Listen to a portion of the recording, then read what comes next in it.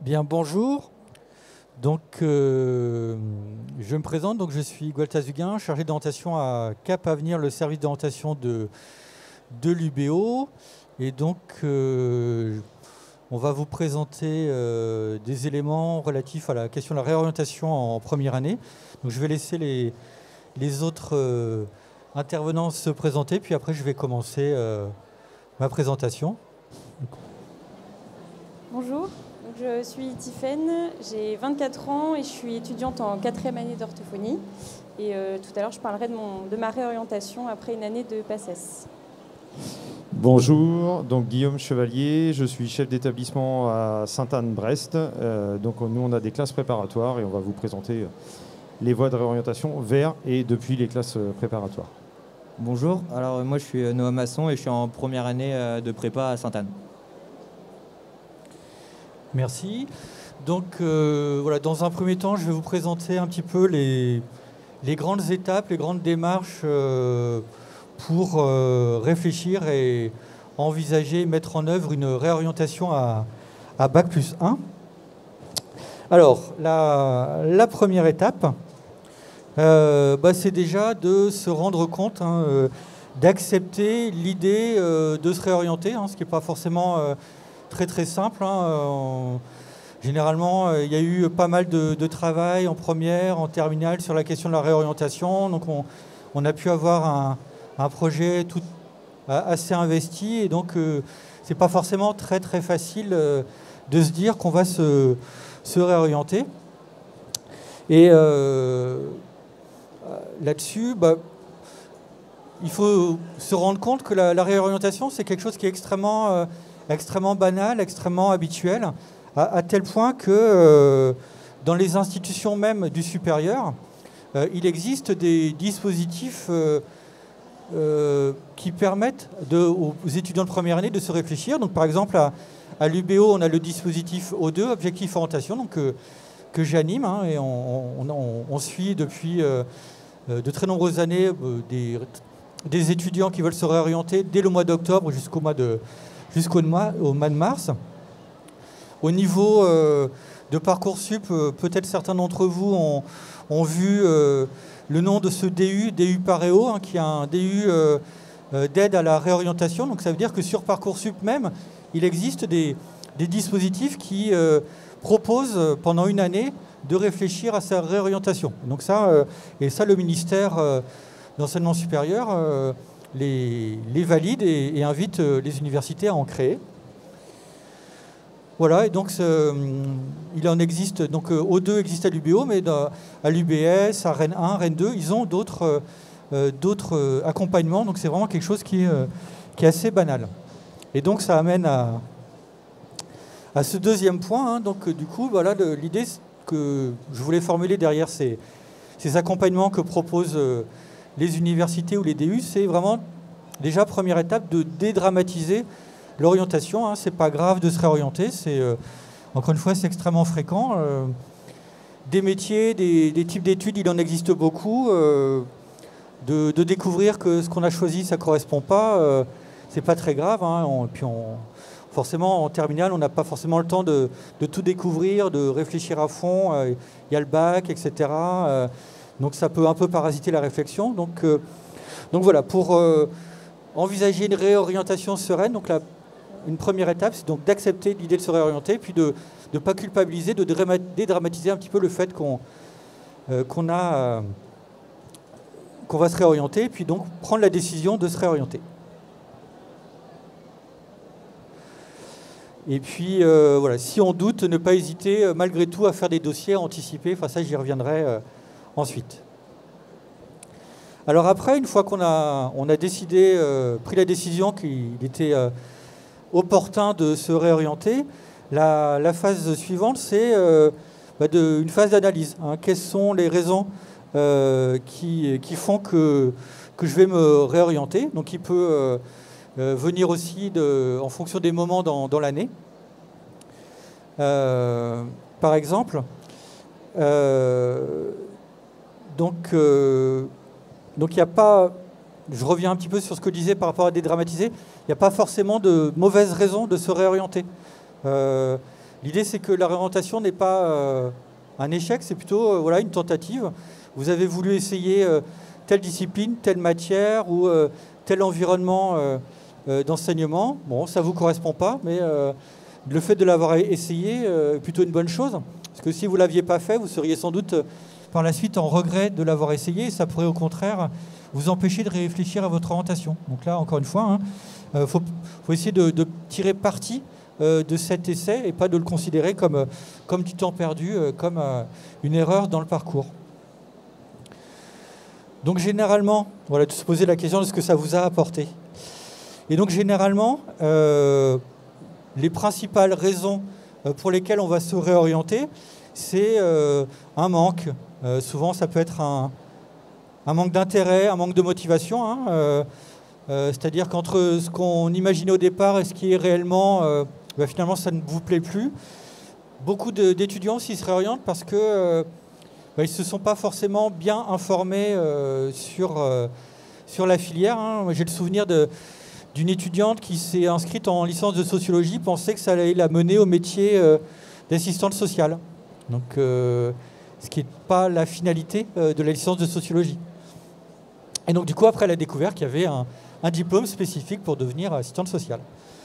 Ça peut être aussi lié à des manques de méthode, d'organisation. On se rend compte que entre la manière d'apprendre dans telle ou telle structure et la manière dont on apprend soi-même, ça ne coïncide pas. Ça peut être aussi, donc c'est pour ça que je disais que la temporalité est importante. Souvent, c'est à l'université, on a une vague de prise de décision de réorientation au moment des résultats du premier semestre. On se rend compte que la réussite, les résultats ne viennent pas avec le travail qu'on pense avoir fourni, et ça peut être l'occasion de réfléchir à une réorientation. Et puis aussi, ça peut venir parce qu'on ne se sent pas soutenu dans ses études, ou qu'on n'a pas assez de soutien de la part de ses enseignants ou de l'environnement ou de sa famille. Donc c'est aussi notre source de réorientation. Et une autre source de réorientation, c'est tout simplement qu'on a le sentiment de ne pas avoir eu le choix. C'est un second ou un troisième choix de l'orientation qu'on a effectué cette année-là. Et donc, il est intéressant de bien analyser pourquoi on se réoriente, parce que du coup, ça peut aussi vous permettre de réfléchir à comment mieux réfléchir à son orientation l'année suivante. Si c'est parce que vous n'étiez pas à l'aise avec le mode université, le mode de travail à l'université, ça va vous faire réfléchir sur peut-être d'aller voir plutôt des BTS ou des DUT ou des BUT, parce que ça va être plus encadré. Si c'est parce que vous n'êtes pas assez informé, du coup, pour réfléchir à votre orientation, vous allez vous dire, là, je vais prendre plus le temps de réfléchir, de m'informer, d'aller sur des salons aux portes ouvertes, etc., etc. Autre raison pour lesquelles on peut être amené à s'orienter, c'est de découvrir une nouvelle discipline. Pendant son parcours, on n'avait pas tout anticipé, on a découvert une autre matière qui plaisait plus et on veut se diriger vers celle-ci. Et donc ça peut être la découverte d'un nouveau projet pendant sa première année après le bac. Et donc, je vous le disais, c'est vraiment important de bien analyser ces raisons pour ne pas répéter le même schéma l'année suivante et de faire des choix d'orientation qui correspondent plus à ce que vous souhaitez, à votre manière de travailler, à ce qui vous intéresse. Donc voilà, une fois que vous avez un petit peu identifié les raisons de votre réorientation, donc après il y a toute une phase donc qui peut être plus ou moins longue, suivant le moment où vous décidez de vous réorienter, qui va être de valoriser l'année pour préparer une réorientation réussie l'année suivante. Et donc pour ça, plusieurs manières de réfléchir. Donc déjà, la question souvent que me posent les étudiants qui veulent se réorienter, c'est est-ce que je continue ou pas d'aller en cours? Et donc là, je n'ai pas de réponse idéale en soi, hein. Ça dépend vraiment de l'objectif de chacun, de réorientation. Si vous voulez changer complètement de domaine et que donc aucune des matières que vous étudiez ne sera reprise dans votre cursus futur, ça peut avoir tout à fait du sens de ne pas aller en cours et d'essayer de se concentrer sur d'autres activités qui vont vous permettre de vous réorienter, d'améliorer votre dossier. Par contre, si on est sur plutôt un problème d'environnement d'apprentissage, c'est-à-dire que le domaine de la gestion, par exemple, vous intéresse, vous êtes en AES, donc vous n'êtes pas trompé en termes de domaine. En licence d'administration économique et sociale, on fait de la gestion, de la compta, etc. Mais vous préféreriez plutôt un environnement plus lycée, plus BTS. Donc là, ça peut être intéressant de continuer à aller dans les cours qui abordent les mêmes thématiques que ce qu'on va retrouver en BTS. Et du coup, ça permet d'acquérir des connaissances et puis de pouvoir aussi valoriser ça dans son futur dossier de candidature Parcoursup ou dans les entretiens, s'il y a des entretiens. Là, du coup, ça a du sens d'aller à ces cours parce que c'est des matières qu'on va retrouver pour son projet futur.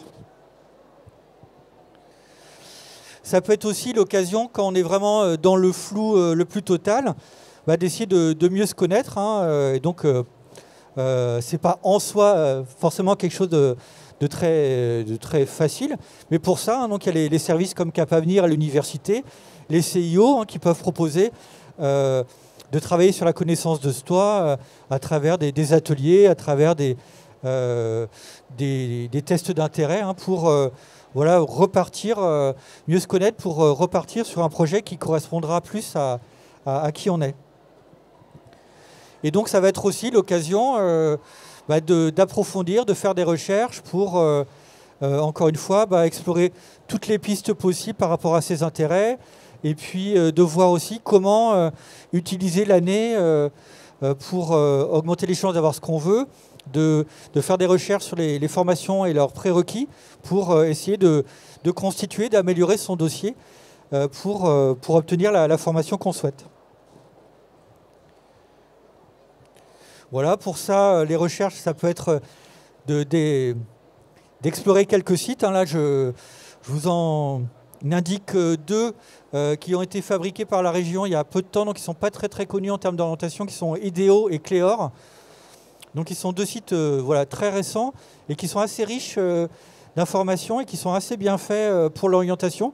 Donc, sur IDEO, il y a pas mal de fiches métiers qui sont bien détaillées. Il y a une entrée aussi par centre d'intérêt pour traduire ses intérêts en métier.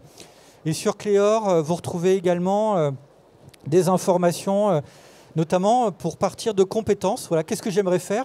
Et grâce à Cléor, vous partez de compétences et vous traduisez ça en termes de métier. Donc c'est une approche assez intéressante pour l'orientation que peu de sites proposent.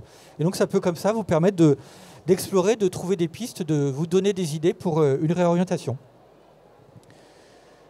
Et donc les recherches, ça peut être aussi, comme aujourd'hui à Azimut, l'occasion de venir rencontrer des étudiants, des enseignants pour leur poser des questions. Autre manière de valoriser, d'utiliser son année pour son orientation et sa réorientation, c'est acquérir de l'expérience. Ça peut être par des stages, des jobs ou par un service civique, un engagement associatif. Parce que sur Parcoursup, vous voyez dans les fiches descriptives des formations, vous avez des indications sur leurs critères de sélection.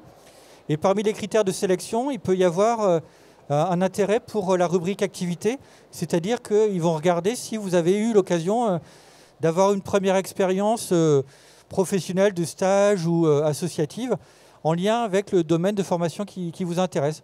Et donc, l'année de réorientation, ça peut être l'occasion d'aller sur ce terrain professionnel pour acquérir cette expérience que vous allez après valoriser dans votre dossier Parcoursup. Et là encore, d'une part, conforter que le domaine vous intéresse, et puis, si c'est le cas, ça donnera des éléments supplémentaires, un peu plus de poids à votre dossier de candidature sur Parcoursup. Voilà, d'autres manières d'utiliser son année, c'est voilà, si il y a des cours qui vous manquent ou des cours en lien avec des matières qui vous intéressent mais qui vous n'avez pas dans votre formation actuelle, mais qui seraient intéressantes à avoir pour votre futur projet. Il y a des MOOC, des cours en ligne, notamment accessibles avec le site FunMOOC. Et donc ça peut être l'occasion pendant un an de trouver un cours, initiation au droit, initiation à la psychologie, remise à niveau en maths, voilà, là encore, de suivre ces cours en ligne, de les valider et de valoriser ça ensuite dans votre demande de candidature Parcoursup. Voilà.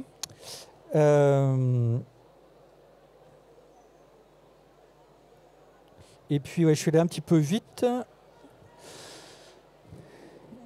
Et puis, autre scénario, alors qui est peut-être plus facile à l'université qu'ailleurs, c'est si vous vous rendez compte assez tôt que vous voulez vous réorienter, vous pouvez passer parfois d'une licence à une autre en cours d'année s'il y a des places dans la licence qui vous intéressent. Donc ça peut vous permettre de découvrir une autre matière et d'utiliser l'année, de ne pas perdre l'année, mais déjà en validant un projet, de prendre de l'avance pour l'année suivante, voire même de valider l'année tout de suite si vous réorientez dès le mois d'octobre par exemple. Voilà, une fois que vous avez un petit peu avancé dans votre réflexion et votre projet, donc voilà, vous pouvez décider un petit peu de vos projets de réorientation et puis faire vos candidatures. Donc pour ça, pour la majorité des réorientations, ce sera Parcoursup. Tout ce qui est Bac plus 1, post-bac, ça restera Parcoursup. Et en cas de doute, parce que beaucoup d'étudiants finalement pensent à la réorientation parce que les notes du premier semestre n'ont pas été à la hauteur de leurs attentes, mais il se peut qu'entre le premier et le deuxième semestre, le fait d'avoir eu ce premier retour de notes au premier semestre, on change ses méthodes de travail, on s'organise mieux, on travaille plus, et puis il y a la possibilité aussi de la deuxième session, donc du rattrapage, et il y a des étudiants qui pensaient se réorienter au premier semestre, et puis finalement valident l'année et continuent. Mais dans le doute, ne pas hésiter à quand même faire les dossiers sur Parcoursup, et puis on vous proposera une place, mais si vous changez d'avis et que vous voulez poursuivre en deuxième année parce que vous avez réussi, eh bien vous laisserez les places proposées et elles seront diffusées à d'autres. Donc voilà, vous prendrez la place de personne. Donc ça peut être une sécurité quand même, en cas de doute, de le faire. Et puis si vous ne savez pas trop comment réfléchir à votre réorientation, donc je vous le disais tout à l'heure, il y a des possibilités d'être accompagné par le Cap Avenir quand on est à l'université, le CIO quand on est hors université.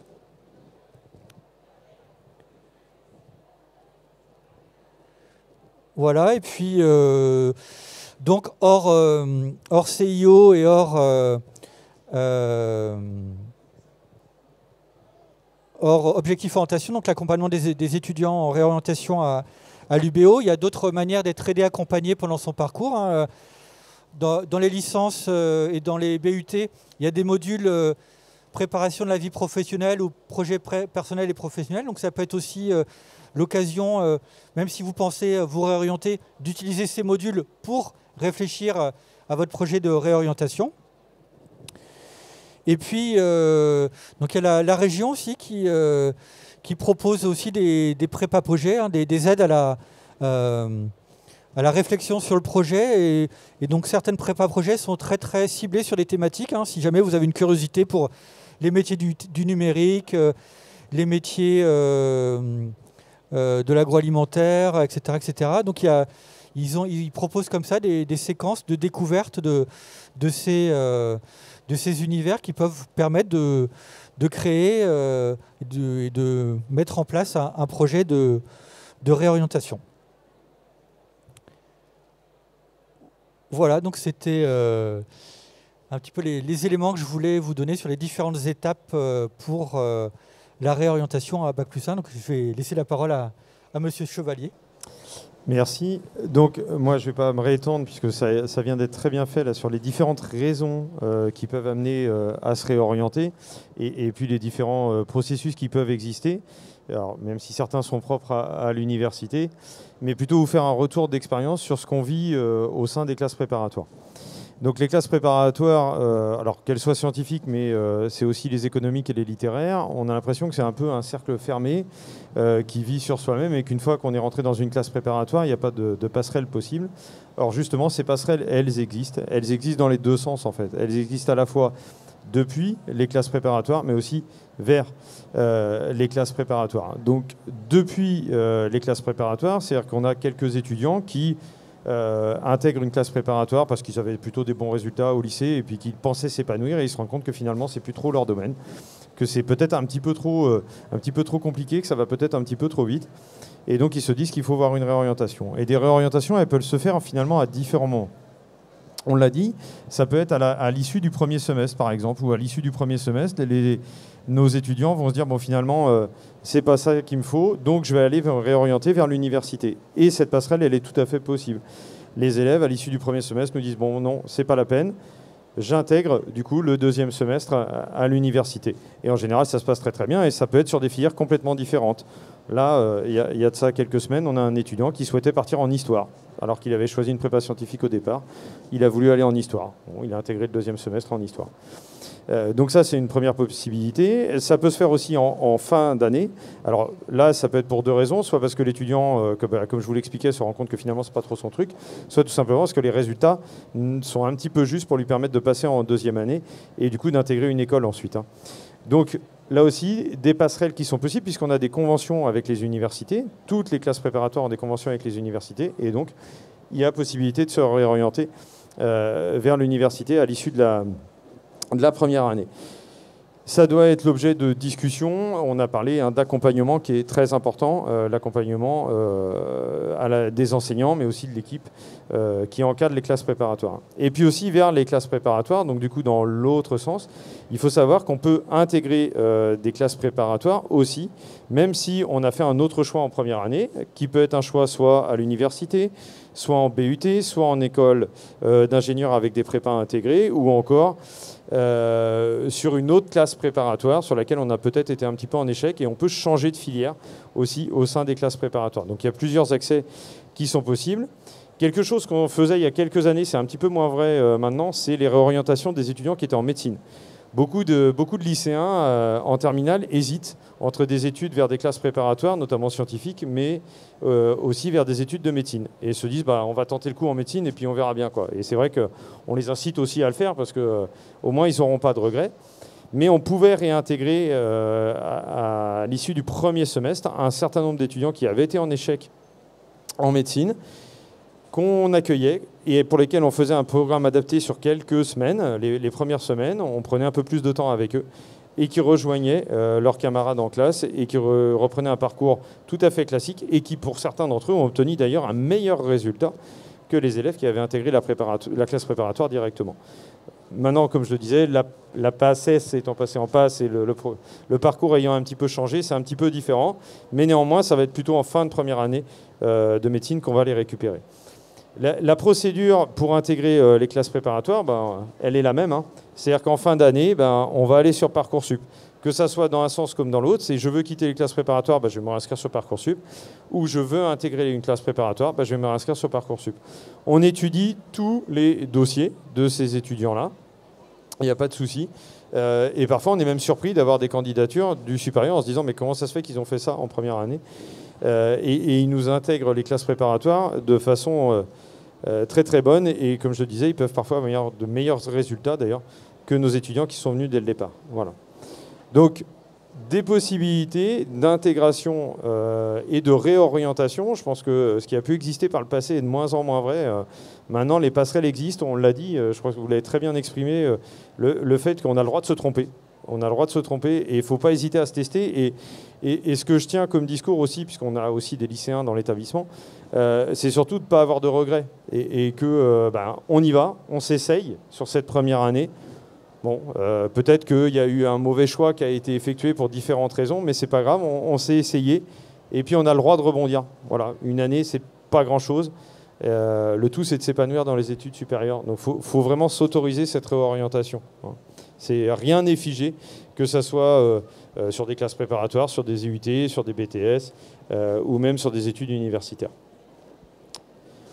Du coup, je pense qu'on peut peut-être donner la parole à nos étudiants et au parcours qu'ils ont eu. Très bien. Tout à fait. Noah, si tu veux... ouais.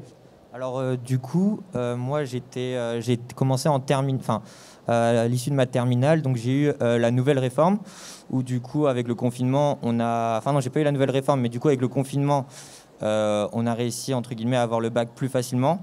J'avais pas forcément on était en contrôle continu, quoi. Et j'avais pas forcément les notes attendues pour intégrer, du coup, une classe préparatoire, donc comme celle que je suis actuellement. Du coup, j'avais quand même un objectif, c'était d'intégrer une école d'ingé à la suite.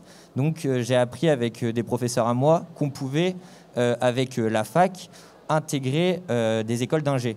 Il y avait des concours maintenant mis en place avec un quota d'élèves qui venaient de fac pour intégrer du coup des écoles d'ingé. Donc je suis parti à la fac, donc une fac de physique-chimie parce que j'aimais énormément la chimie et du coup je me suis dit que une fac de chimie me correspondrait.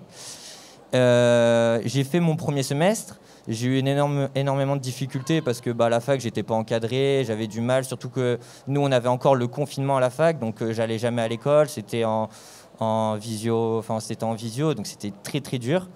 Donc par la suite, j'ai intégré une double licence qui était sur dossier. On a dû être une dizaine à être pris parce que oui, avant, du coup, avec ma fac donc de physique-chimie, j'ai appris que je pouvais pas intégrer une école d'ingé. Que cette fac-là ne marchait pas. Donc, je suis allé en double licence. J'ai fait ma double licence. Ça s'est, entre guillemets, bien passé. Sauf qu'arrivé au milieu du deuxième semestre, j'ai à nouveau appris qu'en troisième année, la double licence n'existait plus. Donc, en gros, je faisais 2 années en double licence.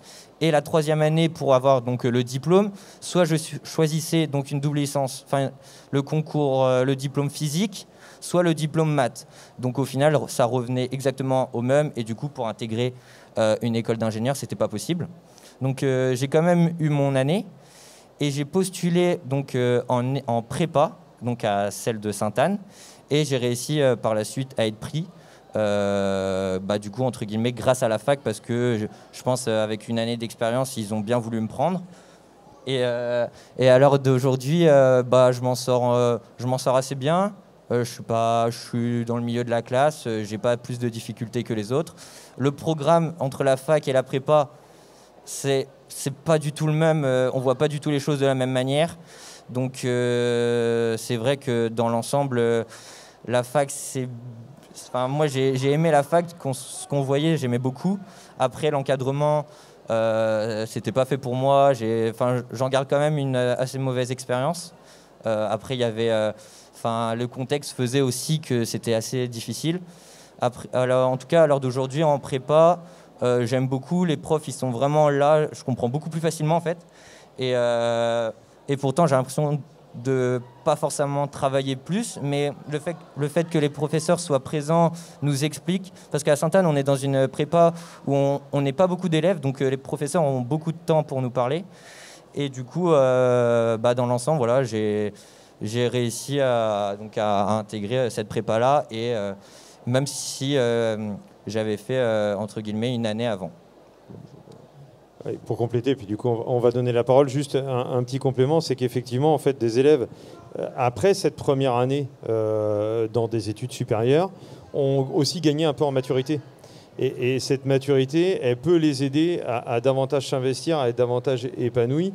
Bon, c'est un exemple parmi d'autres, hein, Noah, mais voilà, on peut tout à fait réussir parce que on s'y investit.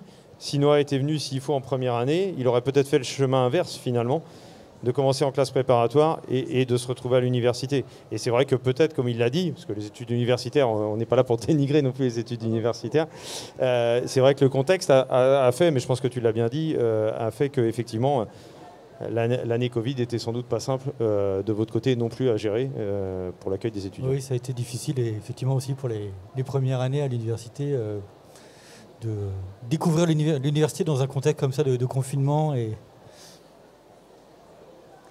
donc, oui, donc pour illustrer un peu tout ça, je vais vous reparler rapidement de mon parcours. Moi, j'ai eu mon bac scientifique en 2015 et j'étais très attirée par le domaine du médical, donc j'ai fait une PACES. À l'époque, c'était encore la PACES pour le concours sage-femme. J'ai fait donc les 2 concours de l'année et à l'issue du 2e concours, j'ai dû me réorienter parce que j'étais pas assez bien classée pour redoubler. Donc là, pour le coup, c'était une réorientation non choisie sur le coup. C'est vrai que c'était assez difficile. Enfin, là, on a revu un peu les étapes, le côté acceptation. Effectivement, je me suis bien retrouvée là-dedans parce qu'au début, c'est très dur. Hein, quand on est face à un mur, on nous dit qu'il faut se réorienter. C'est vraiment pas évident. Donc, moi, j'avais pris un rendez-vous à Cap Avenir justement pour faire le point sur mes compétences, mes domaines de prédilection et refaire un peu le tour des domaines qui pourraient m'intéresser. Et donc, à force de beaucoup de recherches, je suis tombée sur le métier d'orthophoniste qui m'a tout de suite plu. Et en fait, c'est quelque chose dont je n'avais pas forcément entendu parler au lycée. Donc, encore une fois, c'est voilà, l'idée de se laisser la possibilité de tester quelque chose et de découvrir par la suite d'autres métiers. Parce que quand on est au lycée, même si on a fait beaucoup de portes ouvertes, on ne peut pas tout connaître. Et donc, l'idée de parler de mon expérience, c'est que même si on est forcé de se réorienter, c'est encore différent des personnes qui le choisissent, en fait, on peut trouver sa voie. Et aujourd'hui, moi, je suis pleinement satisfaite des études que je mène. Là, je suis en 4e année d'orthophonie et je pense que pour rien au monde, je changerais. Et quand je me reprojette en arrière au moment où on m'a annoncé que je devais me réorienter, je pensais que c'était fini pour moi. Je ne savais même pas au début si je voulais continuer des études. Et l'idée de ce témoignage, c'est de donner de l'espoir un peu aux étudiants qui sont dans ces situations-là, même si maintenant la PACES, ça a changé, c'est plus tout à fait le même schéma.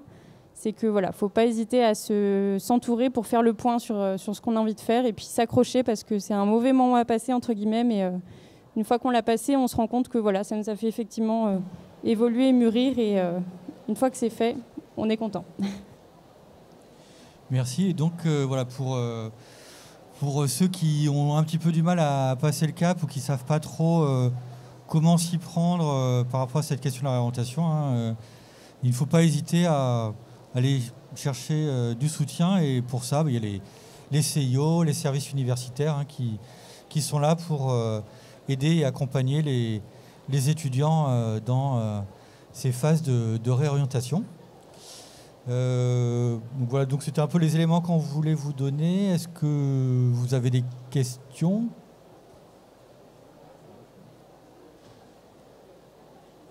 Bien, écoutez, merci de votre attention.